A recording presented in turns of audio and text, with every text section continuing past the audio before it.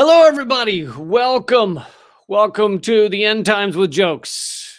I think that I'm going to change the name of this video series to the End Times with Jokes. Welcome to Moment of Clarity. Let's dive into it. And by the way, I don't normally start off with questions or comments, but Patrick had a great point about Tulsi Gabbard saying the domestic terrorism bill is a targeting of almost half of the country. And yeah, that wouldn't surprise me. We don't need any more laws taking away privacy or rights. The FBI and all of other law enforcement agencies, Homeland Security, they have all of the tools they need. Don't let your government officials tell you, oh, they need more. It's been a real problem. They haven't been able to investigate. They haven't been able to view your stuff. They haven't been able to get into people's lives or computers or households. I mean, hell, not only do they have all those tools, but we've been bugging ourselves with fucking Google Home and Amazon Alexa and Ring doorbells and really, they're like, yeah, get the new teddy bear that has a camera on its nose so it can interact with you. If you could just put it in the corner of your room and just point it towards you, that would really help. It'd be fun for the whole family with the camera in its nose. It's fun.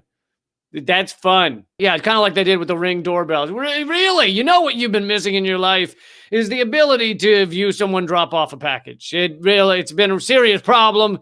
People haven't been able to get by without having a spy cam on the front door. And so if you just put one there, everything's going to be right. It's going to fix everything for you. It's going to make your life just so much easier. You can find out if, some fucking dude is pleasuring himself on your porch every night. You don't know. So you got to put that Ring doorbell there. And, it turns out that Ring, which is, I think, owned by Amazon, is that right, has a deal with police departments across the nation so that they can view you from your porch, from your front door, anytime they want.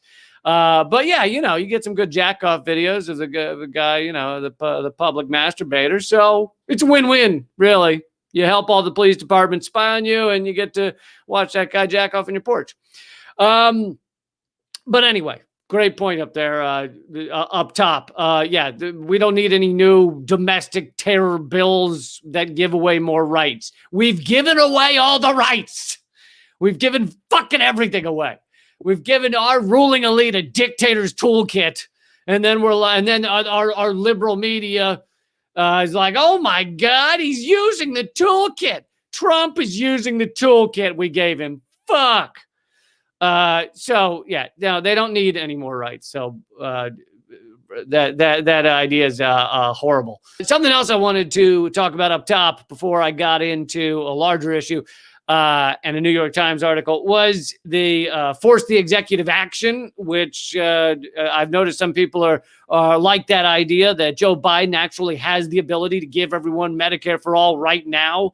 All he'd have to do is use Section 1881A of the Social Security Act, which says that if a area of the country has had environmental exposure, then they can be given Medicare for all. And it's been done in Libby, Montana, and we could do it all over the goddamn country. At the very minimum, you could do it until the pandemic's over, although I think we should do it forever. But at the least, you could do it till the pandemic's over. So, maybe Force the Vote needs to segue smoothly into force the executive action. Hashtag force the executive action. To go back on Force the Vote for a minute, to talk about that again for a moment, I watched some of Brianna Joy Gray's debate, if you can call it that, discussion, whatever, with Sam Cedar. I didn't see Sam give any good points for why we shouldn't have why Force the Vote shouldn't exist, shouldn't be there. They didn't. There were no good arguments given. It was just, I didn't like the tactic, and I don't like Jimmy Dore. But I want to talk about something bigger, which is, so on one level, I mean, I don't even want to be talking about this shit. Like, there should just be healthcare for everybody. It like, by getting us too hyper-focused on the bickering between sides and all this shit, they're actually winning anyway. If you're sitting there just bickering, oh, so-and-so said this and so-and-so, it's like fucking high school, but with politics. It drives me goddamn nuts. And that doesn't mean I never mention what is said during these debates. Sometimes I do. Sometimes I watch them, but I still hate them. That being said, I want to bring back the idea I talked about several episodes ago. And by the way, take a moment to please share this on your media channels, even though it'll be suppressed. But fucking give it a try. But is the different tiers of kind of reality, the different levels of reality that we are discussing when we discuss any topic. So on the first surface level, you have the force to vote. We are trying to force. And the force of vote continues, even though it's not that particular moment with the Nancy Pelosi speakership. There, you could still try and force the vote on Medicare for all. It just doesn't have the added fun of doing it in exchange for voting for Nancy Pelosi for speaker. But so on surface level, you have force the vote for healthcare. Rarely, but some of the time talked about is level 2, which is healthcare should be a fucking human right. We shouldn't even be having this discussion. It shouldn't even fuck. It shouldn't even exist to sit here and have this debate about, well, let's push them. No, we can't push them to push for a vote because if we push them too hard to push for a vote, then it might hurt them. They might strain their shoulder. They're like, ow, ew, don't push them too hard to push for a vote to try and get health care down the road, like fucking 7 degrees removed. Instead, the discussion should just be healthcare as a human right. For the fuck's sake, let's join the developed goddamn world, you goddamn assholes. So that's level 2. That is sometimes discussed. Almost never discussed, or rarely, you get down to level 3 of reality, of our world, of our country, which is, this is all of this problem, all of this harm, all of this destruction of human lives, it all comes down to capitalism. This, in a non-capitalist society, this wouldn't even be a discussion.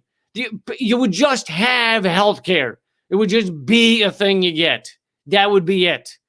Corporations owning your access to healthcare would not be a thing. You wouldn't even be able to understand what people were talking about.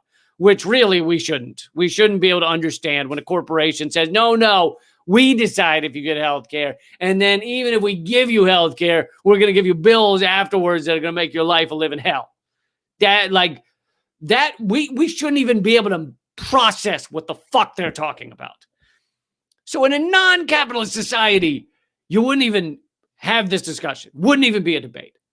We would not be sitting here talking about, no, well, if you push AOC, then she might get upset. And you don't want to upset AOC because, then she's upset. And yeah, she's the good guy. And so you can't push. We wouldn't even be having that fucking conversation. So that's level 3. And I'll just stop at those 3 levels of reality. If you want to go down to level 4 about how we're all energy waves, and a broken bone is really just a realignment of the energy waves. So it's still your energy waves. You don't need to get the broken bone fixed. And who if your energy waves are a little off, then why have another guy who's really just other energy waves put your energy waves back into an alignment where it's like a perfectly set bone? Let's not. We don't. I mean, if you want to, you can go have that discussion. But I don't think we need to spend time on it right now. So yeah, that's something that I wanted to discuss here, which is, yes, force the vote for Medicare for all, but also we shouldn't have to have this discussion. If you really view the way our reality should work, if every decision were put through a lens of moral responsibility, of a moral universe, then people would just have healthcare. It would just be done. That would be it. But we live in a fucking profit over all else capitalist society where everything's put through the lens of fuck morality, fuck ethics. Is it profitable? Do we make enough money from it? That's the lens. We get to decide what lens we put in front of our decisions, in front of our discussions. We get to decide. And in a capitalist society, if you're going to maintain your discussion within that filter, within that lens, then it's going to be, will enough money be made? Will enough people have jobs? Will people lose jobs if we change this? That's the lens of capitalism. Whereas the correct way to live, the way we should evolve to be, is every decision for our society should put through a lens of, is it moral and is it sustainable? Those should be like top 2 on the list. And then maybe number 3, you can put a little lens, does it smell bad? Because let's not do too many things that smell bad. Because, it wouldn't be fun to be around. But those first 2 are really important. Is it moral? Is it sustainable? But of course, we can't have those discussions, right? You can't turn on your TV and hear that discussion, right? Speaking of sustainability, now we get to the topic I wanted to dig into more, which is a New York Times article. Oh, and by the way, this fits into the lenses and the different tiers of reality. I forgot to mention this. Sorry. Many of the things that they're saying Joe Biden or the Biden administration has done or is doing or is about to do. Oh, it's so exciting. Oh, look at what they're doing. You turn on CNN. Oh my God, it's so wonderful what Biden's doing. Most of it, a lot of it, is just fucking window dressing. All right. It is a little, yeah, it's better than not having that maybe, but it's not a big change. It's not a big deal. It's not a big realignment of society or of our existence in a time when we're in fucking drastic, dire situations, and we need drastic change right now. And I'll get more into that in a second. But so I want to try, and every once in a while I try and create a phrase, an idiom to go out there and filter through the universe and be used by people if they like it. So one of the jokes I used to have in my stand-up was that I can't remember what it was, but it's like when a corporation or something does something, like when they'll post like, oh, Cinnabon says Black Lives Matter or something like that. Whenever that garbage, in one of my old stand-up bits, I said it's like the Christmas lights on the pedophile's home. It's just there to make you think everything's okay. It's just there to cover up the harm that corporation does when Exxon's like, the Me Too movement, or any of that crap, or like the disabled people. I'm not saying they shouldn't have the job, but the disabled people that used to work at the fronts of Walmarts, I think they fired them all. I read an article about it, or they fired most of them, which is shitty also. But the fact that Walmart had to put a disabled person at the front door is the Christmas lights on the pedophile's home. It's just there, so you go, oh, everything's fine. Look, this is great. They got a disabled person working at the front door. Or sometimes they put a really old person there. And again, I'm not saying they shouldn't work there. I'm just saying the reason Walmart felt the need to do that was to cover up the fact they treat their workers like shit and that they are destroying the planet, destroying all the mom and pop shops, et cetera, et cetera. So it's the Christmas lights on the pedophile home.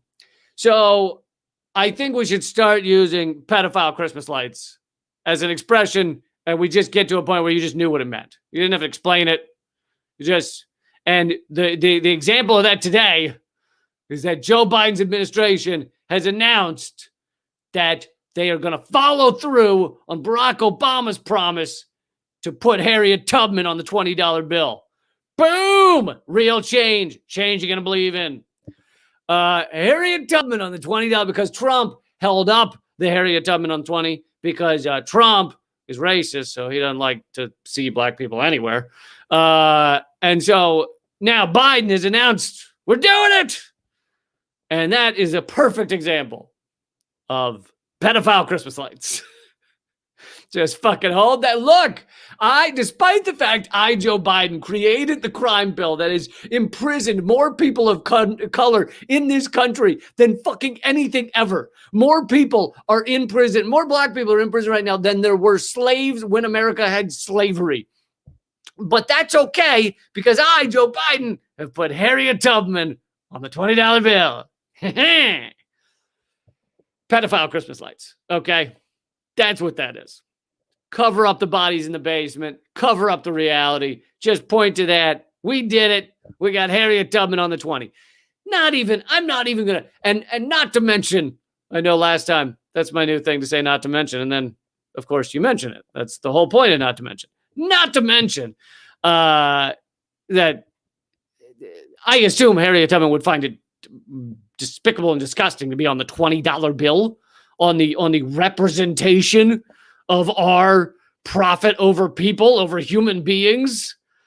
I think she'd rather be on the name of a fucking, hospital that takes care of children or something than on a $20 bill.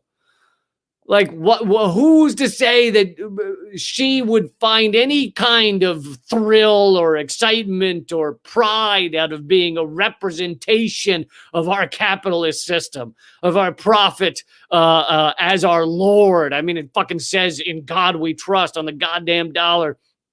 I kind of figure that she would not be, I'm so proud to be a representation of fucking money. So there you go. Your new expression for the day, for the week: pedophile Christmas lights. So you might hear me say that in the future without getting into explaining it. I'll just throw out there, it's pedophile Christmas lights. Okay, so here we have some, it's a New York Times article. Now, unlike normally when I cover a New York Times article, this one is actually pretty good, pretty impressive. And there's a reason for that. One is that it's New York Times opinion. So lots of times they'll put something in the opinion category when they're going a little edgier, when they're going farther out on the edge, slightly outside of the Overton window, when they're willing to do things such as question capitalism in a light way that they wouldn't normally do. They put it in the opinion section. Meanwhile, all of their normal propaganda garbage, not opinion. That's not the opinion section. That is a legit facts. Propaganda garbage is fact. Opinion is kind of farther out on the edges. Now, sometimes they do this for far right-wing garbage as well. What was it? Tom Cotton was in the opinion section this past year saying maybe the U.S. military should be basically declaring war on Black Lives Matter protesters. They put that in their opinion section too. So it's not just, left-wing or edgy stuff. It's also right-wing fucking garbage is in the opinion section as well. But it's about this particular article is about climate change, and I want to show you how the New York Times normally covers climate change. Now, this article is not horrible by any means, but it shows how they normally would cover something like this. So this is another one of these kind of look how great Biden stories is a little bit that they're doing on their push to make everyone think that Biden is our savior. Now, I'm not saying this is a bad thing. So this says new U.S. strategy will quickly free billions in climate funds. The emergency management officials aim to funnel up to $10 billion into preventing climate disasters. The plan would dwarf all previous grant programs of its kind. Now, the problem with this article is not that the money could go to that, but it talks basically about dealing with disasters. How America is going to start spending more money to stop, to prepare for hurricanes, to build up flood walls, to prepare for droughts, to prepare for forest fires. So we're going to start dumping billions of dollars more into dealing with those disasters. I am not opposed to that. I think we should deal with disasters. But if you're going to write an article like this, then I think you should probably talk about the actual cause of these disasters. They do say climate change in there, but they don't say like, I don't know, capitalism. Oh, I don't know, consumerism. Oh, I don't know, fossil fuel use. I don't think they mentioned that in the article. I don't recall that part, but I know they weren't talking about capitalism. And anyway, it's kind of like talking about the symptoms of this problem, where we've gotten ourselves, what we've done to this planet. These are the symptoms without talking about the origins story, right? People like comic books, love a good origin story. Well, give the fucking origin story of the fires in California, of the waves crashing over Florida. All right, give the origin story. I'm sure it'll be exciting. I'm sure Stan Lee left some notes on the origin story of fucking California on fire before he left us. I'm sure Stan Lee jotted down some drawings, some notes. So that's how New York Times would normally cover something like this, like climate change. They'll cover the symptoms. They usually won't get to the heart of it. And that's why I found this other article kind of impressive, because it seemed to be going beyond that. Oh, and something else that article I just showed does is it talks about how great FEMA is. Now, FEMA does benefit some people at times. It's not like all of FEMA is garbage, but FEMA also does a terrible job a fair amount of the time. It goes into areas not understanding the area, not really knowing how to help, not talking to the local people of how they can genuinely help. And, they make a show of helping, but often failing or doing a horrible job, or sometimes doing nothing, or sometimes making it worse. They also have very racist policies on certain things. One of the things FEMA does is that they'll, let's say a house is damaged by a flood to the point it's almost irreparable. They'll pay the homeowner a higher than what they would get. They actually buy out the homeowner for a destroyed home, so that the homeowner doesn't walk away with $5 because their house was destroyed. Now, this sounds like a positive program. This person's home got destroyed by a flood. They actually get the money the house is worth rather than what it is worth now after the flood. This sounds good. Problem is, when it's actually analyzed, it's a rather racist program. FEMA goes in, buys up mostly property in white areas from white people and gives them money, and then ignores people in black areas and people of color. And the argument is that, well, FEMA's just doing that because that's where the money is. These are the white people. If you're talking, if just sheer numbers, sheer statistics, often live in the more expensive areas, so they get more money. It's like, yeah, but you don't need to do it that way. You don't need to run in and go, sorry, we just got to pay all the white people because their houses got destroyed, and not pay all the black people. So just something, just a feather to stick in your cap, or stick in your, there's some end to that expression, stick in your ass. I don't know. Put a feather in your ass. No, I know it's a feather in your cap, but it's just something, fact to have in your back pocket about FEMA is some of their programs also racist. Okay, so here is the article that does a better job than normal for New York Times, and it's in the opinion section, and it's by the way, what are they advertising up here? It wouldn't at all surprise me if they're advertising oil and gas at the top of the article about how climate change is destroying our lives and the planet. So this is by Roy Scranton, and it's titled, "I've said goodbye to normal. You should too. Climate change is upending the world as we know it, and coping with it demands widespread radical action." So this is an article saying that we need widespread radical action to deal with climate change. That's an article that the New York Times should have published, let's say 20 to 40 years ago. I mean, let's at least say 20 years ago. But now they're getting around to it. And this actually a little bit shows how the zeitgeist, the cultural understanding of what we're going through is beginning to grow, even in your mainstream corporate outlets. However, as I mentioned, they put it in the opinion section. This is also one of the things they can point to and say, oh, we did cover that later. So who knows? Maybe that's the real reason it's here. But anyway, this article, I want to read several quotes from it. This guy starts out by saying some things similar to a Redacted Tonight episode I did when the pandemic was in its earlier stages, first couple months. He says in this article, in March last year, watching an unknown plague stalk the land, I felt fear, but I also felt hope. The hope that this virus, as horrible as it might be, could also give us the chance to really understand and internalize the fragility and transience of our collective existence. I hoped we might recognize not only that fossil fuel-driven consumer capitalism was likely to destroy everything we loved, but that we might actually be able to do something about it. Okay. Great points. And I had a similar hope that perhaps this pandemic would make people stop their frantic second to second social media flooded lives and actually look around them and pay attention to the world around them a little more, and that it could cause kind of an awakening. And so he's saying the same thing. However, I will say that while he added these qualifiers to the word capitalism, and it sounds like he added those because it gives us more information, right? Fossil fuel driven.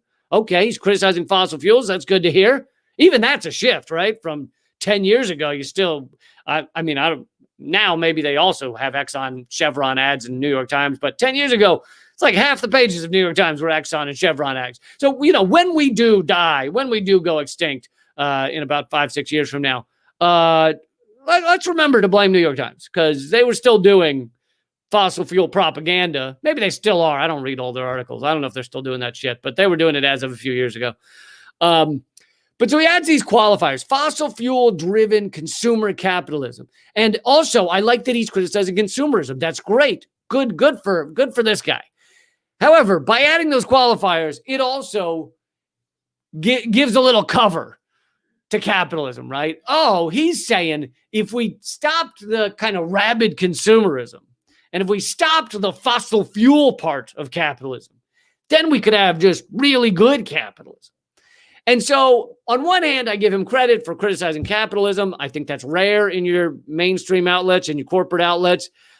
However, by adding the qualifiers, I think you're not getting to the true criticism of capitalism, which is basically profit over all else, profit over our own continued existence on this planet, profit over people, profit over environment. It is the idea of infinite growth on a finite planet. It is by definition a cancer that it grows until it kills the host. That is how it works. That is how it will always work.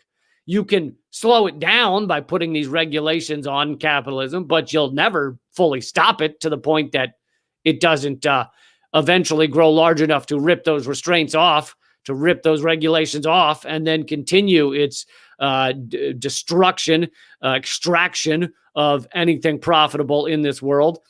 But okay, so that being said, let's continue. As the pandemic has worn on, the desire to get back to normal has increased, and I worry that the hope for radical positive change has subsided. But we must not let it dissipate. We can't afford to, because we won't see quote unquote normal again in our lifetimes. Our parents and grandparents burned normal up in their American-built cars with their American lifestyles, their American refrigerators, and American dreams. And now China and India are doing it too, because capitalism is global and we sold it wherever we could. More than 3/4 of all industrial CO2 emissions have occurred since 1945, and more than half have occurred since 1988. Since we knew what global warming was and what a danger it posed, meaning more than half of all emissions have come since we understood, from the time we understood climate change, we've then continued to burn at least half of the global warming emissions. And these are, again, all great points, very rare for the New York Times. All great points about the fact that we won't see normal again. I think that's true. Unless we just completely, after this pandemic, completely ignore climate change and try and live how we were. But of course, even then, first of all, that's just going to hasten our end times. It's going to hasten the end of our environment. But furthermore, it's the disasters have become so immense. I mean, California is the 5th largest economy in the world. And this past summer, it was just on fire. All of it was on fire. People couldn't breathe. They had to go outside with not masks on, but gas masks on. I mean, that is no existence. And that is not a normal. You saw the photos of San Francisco, bright orange at night. No, bright orange during the day. Bright orange and a dim bright orange during the day. I mean, if that doesn't look like some sort of fucking dystopian Armageddon, then I don't know what does. But okay, so all great points there. Talking about how this lifestyle cannot exist. I mean, they now, they say we would need 5 Earths for everybody on the planet to live like we do in America. It's just impossible. And now other countries are catching up, and we've exploited it all. And we have to find new ways to live and new technologies. But fucking ravenous capitalism cannot. You may find new technologies that help kind of delay the end, but not for long enough. Okay, so here's another important point that I have made many times, but that the New York Times has almost never made. It has jumped up and down. The mainstream corporate media jumped up and down about Trump pulling out of the Paris Climate Accord. And then right now you see them celebrating in a big way Biden rejoining the Paris Climate Accord. And they celebrated in a huge way when Obama led the world to signing the Paris Climate Accord. Oh my God, what a fucking wonderful human being. So here's another quote from the article. President Biden has recommitted the United States to the Paris Agreement, which is great, except that it doesn't really mean much, since the agreement's commitments are voluntary, and it might not even matter whether signatories meet their commitments, since their pledges weren't rigorous enough to keep global warming well below 2 degrees Celsius or 3.6 degrees Fahrenheit above pre-industrial levels to begin with. According to Climate Action Tracker, a collaborative analysis from independent science nonprofits, only Morocco and Gambia have made commitments compatible with the goal of limiting warming to 1.5 degrees Celsius above pre-industrial levels, and the commitments made by several major emitters, including China, Russia, Japan, and the United States, are highly insufficient or critically insufficient. Now, this is something that, thank God, is being said on the New York Times, maybe for the first time, but this is the opposite of everything the New York Times and your mainstream media has been telling you since Obama signed the goddamn thing. The Paris Climate Accord is borderline meaningless. Just look at the countries that stayed in it. How much have they stopped their emissions? Have they saved the planet? Because it was only us that pulled out, right? And man, did our mainstream media flip out when Trump pulled out of the meaningless Paris Climate Accords. However, positive note, I think Morocco and Gambia have got this, folks. I think they're gonna save us. I think Morocco and Gambia, they're gonna save us from ourselves. Okay. Because I'm pretty sure as long as Morocco and Gambia control emissions, everything's fine. We're going to be good here. No more forest fires, no more floods, no more droughts, no more hurricanes. Morocco, Gambia, on it. Boom. I always said Morocco and Gambia were going to save us. I always did. A lot of people didn't believe me. I was like, fucking Gambia. Gambia's got this shit. People were like, Lee, you shouldn't order your one thing of French fries inside a styrofoam container, and then I actually have them double the container, so a double styrofoam container, and then they put that inside a plastic bag, and I have them triple the plastic bags, so triple plastic bags, and then I asked for 42 plastic forks, so they put in 42 plastic forks. I just use one of them, and I throw out 41 of them, but I feel really good when I get to throw out all those forks, so I like to get a couple extra there. And then 49 knives, a couple extra of those just in case. You got to defend yourself while you're throwing out the forks. You never know who might come after you, so I use the other plastic knives to defend myself while I'm throwing out the forks. Then I throw out the knives as long as the coast is clear. Then I get inside, styrofoam container, sometimes I have a third put on there, styrofoam container, and then I get down to my fries. I only order 2 fries. It's actually just 2 French fries because I don't want to get too full, so it's just 2 French fries within the 3 styrofoam containers. And then I have that delivered to me. I do something weird. I don't know if you know you do this. If you order with DoorDash, all you got to do is you request that they use a extra long Hummer limo to pick up the 2 fries because I want it delivered in style. And so while I was doing all that, people were like, "Lee, that's probably not a good carbon footprint." And I was like, "Gambia, motherfucker, Gambia." I hope you get the point. Gambia's going to get this. They're going to save us. All right. So thank goodness the New York Times has finally, in its opinion pages, admitted that the Paris Climate Accords borderline meaningless. And let's see if they'll continue to admit that in their other articles as they go on touting Biden as this fucking environmental hero. Let's see if they'll continue to admit that the Paris Climate Accords mean almost nothing. Okay, so let's go back for one more quote or 1 or 2 more quotes from this article. The next 20 years will be a period of deep uncertainty and tremendous risk, no matter what. We don't get to choose what challenges we face, but we do get to decide how we face them. The first thing we need to do is to let go of the idea that life will ever be normal again. Elsewhere, I've called this quote, "learning how to die," unquote. There's a link there. I don't know what it refers to if you did another article on it. But so to continue the quote, beyond that, we need stop living through social media and start connecting with the people around us, since those are the people we'll need to depend on the next time disaster strikes. And disaster will strike. You can be sure of that. So we must begin preparing today for the next shock to the social order and to the next and to the next. All great points. And then he concludes with this. None of this will matter, though, if our preparations don't include imagining a new way of life beyond this one. After the end of fossil-fueled capitalism, don't need the qualifiers. After the end of fossil-fueled capitalism, not a new normal, but a new ethos adapted to the chaotic world we've created.